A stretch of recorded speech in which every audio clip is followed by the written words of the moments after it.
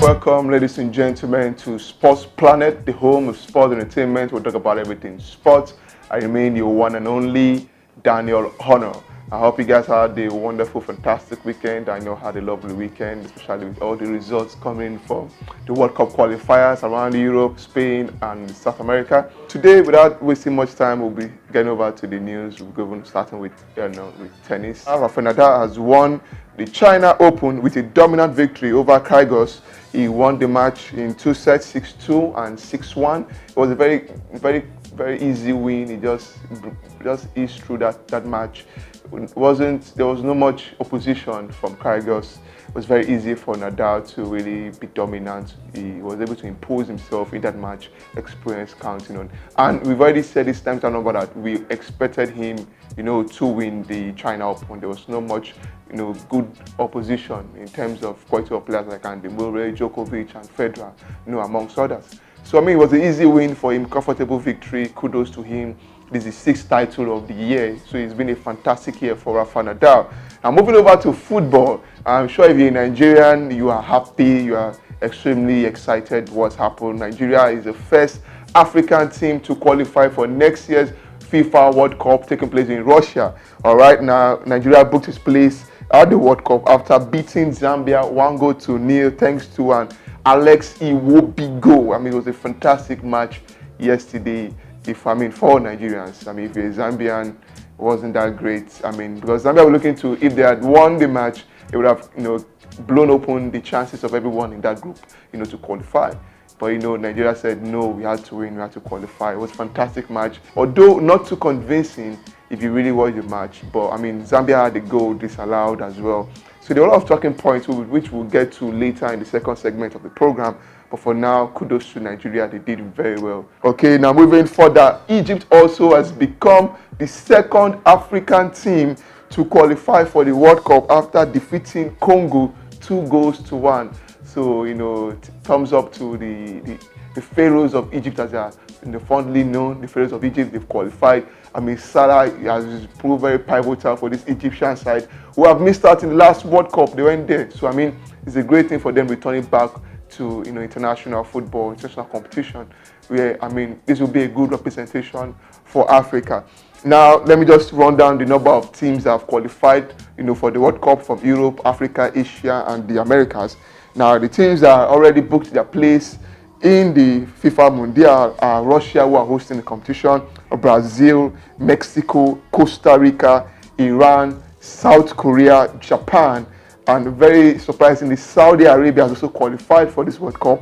Nigeria has also qualified. Belgium, Germany, England, Spain, and Egypt. And many other teams can also join them. Teams like Iceland, which will be their first time in the World Cup.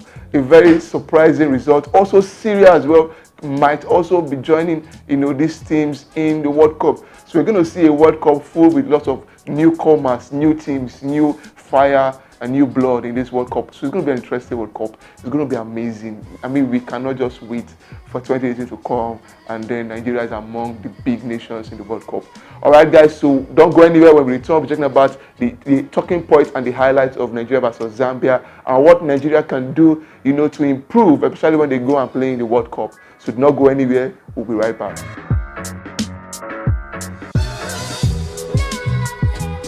All right, welcome back, ladies and gentlemen. We've not gone anywhere. All right, now with me in the studio here is the football engineer, sports engineer, the sports engineer. It's you, sir. It's good to have you on the show. Yeah. All right, so we're talking about the Nigerian match against Zambia. We've qualified for the World Cup. Now, do you think, with what we've watched so far throughout the qualifiers, do you think we are ready for the World Cup? Do you think we can do well in the World Cup next year? Well, the good thing is that there's still time to prepare. There's some, especially in the Zambia game. The game against Cameroon, the first leg were fantastic. We weren't perfect, but we were very, very good. The second leg was a bit more shaky, and of course it showed when the Cameroonians eventually equalized. Yeah. So, but and against Zambia, we played very well. We played quite well, not very well. We played quite well. But I think there's still a problem of controlling the midfield. We certainly have the players, the quality to control that midfield. And in the game against Zambia, we were not controlling the midfield. That brings me to my next question. Talking about midfield, do you think we have a proper number 10? I don't think we do. I was going to get there actually. So you see, in the game against Zambia, there was plenty of turnover of the ball. So by the time, anytime Nigeria attacked and the Zambians dispossessed us, immediately they were able to just slice through and get right into the heart of our defense. You know, with little or no effort. So we don't have, because we don't have a proper number 10 who dictates the play. Our defensive players or our defensive midfield players like Mikel and what's his name, Wilfred Ndidi, are forced to try and drive play forward, and this shouldn't be. You know, Wilfred Ndidi especially is a defense. He's in the mode of somebody like Kante. He should be there blocking up the play. You know, putting in tackles, destroying. You know, that sort of thing. So what do we do now? Since we don't have a proper 10, how do we get a 10 before the World Cup? Because we know we need a 10 in that team. Okay, but another thing right now I don't think there's any. Is there any Nigerian 10 who can? Perhaps it will be, but you know, it will be. You know, we're discussing. Can the coach convert him? For the sake of international football, can the coach be able to discuss with Iwobi and say, Iwobi, we don't have a proper 10. You're an attacking midfielder, but I want you to play 10. Central. So what I want you to do, play central, be able to distribute. But do you think Iwobi can even fit in that role? I think he can. You know, there are many different types of number 10. There are number 10s who like to thread long passes. But there are also number 10s who can drive defenses, you know, who can explore the space left by somebody like Odion Ighalo. When Odion Ighalo drives the defenders off, you know, he leaves him space to, you know, really push in. To run through. And that's the kind of player I think Iwobi can be.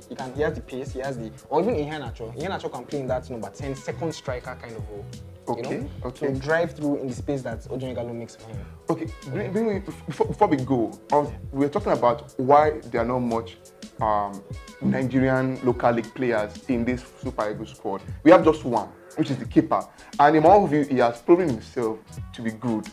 And the point I'm trying to make is, why is it that these local Eagle players, I don't know why we call them local, our league, because they're not saying local, when we say local, we've already made them look very bad. So the Nigerian Professional Football League, where do we have players from? At least one or two, especially in the team.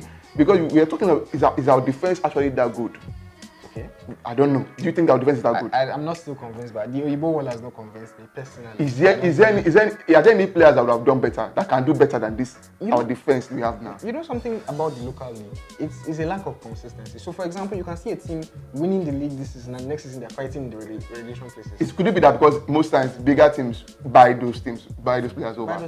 Bigger teams like Eyimba, Kano Pillars. Some of the time, these players stay with their teams, and yet these teams still struggle.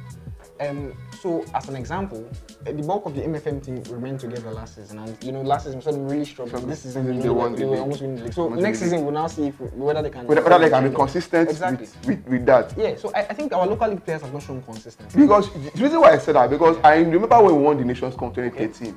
The coach Keshi had a policy of bringing lots of home-based players. I remember that it was Umba that scored our winning goal against.